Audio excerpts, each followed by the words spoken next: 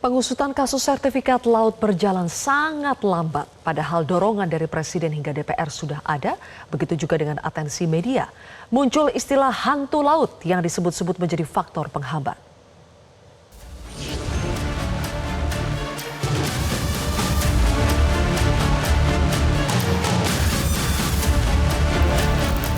Sudah hampir 1 bulan, tepatnya 3 minggu lebih, kasus pagar laut Tangerang viral. Hingga kini belum ada nama yang ditersangkakan oleh aparat penegak hukum. Padahal, Kementerian ATR BPN sudah membuka nama-nama korporasi pemegang SHGB dan SHM. Bahkan, sudah ada puluhan HGB yang dicabut karena terbukti ilegal. Mantan Kabar Eskrim Susno Duaji mengaku heran mengapa pemerintah Kabupaten Tangerang maupun pemerintah Provinsi Banten tidak menindak Kades Kohot. Kepala Desa Kohot, Arsin, menjadi salah satu kunci untuk membuka tabir sertifikat hak bangunan maupun sertifikat hak milik kawasan perairan Kabupaten Tangerang. Kita sesalkan satu lagi, pemerintah daerah, ASN-nya, ini kepala desa belum diapa-apakan oleh bupati atau oleh gubernurnya. Pak Nusron sudah mencopot gitu. Kepala desa udah jelas nyata-nyata bersalah kok tidak ada perhatiannya.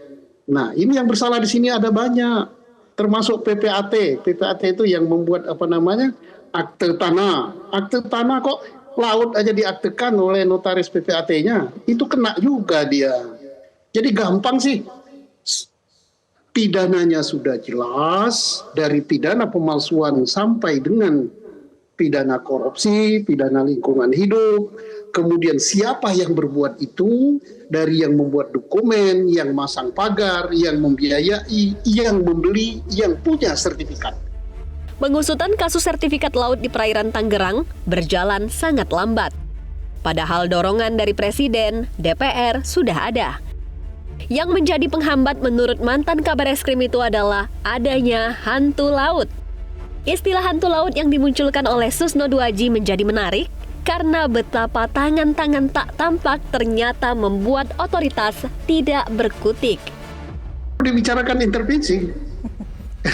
Karena suatu lembaga Presiden sudah perintahkan, DPR sudah perintahkan, komisi sudah perintahkan, media sudah perintahkan, ini terseot-seot, ada apa? Hantunya apa? Hantu laut ini mungkin yang bergerak.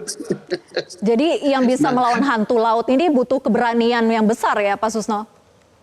Nyali yang besar. Ya, tapi kalau nyalinya, waduh nanti saya begini, wah saya sudah begini dahulunya, ada gini-gini.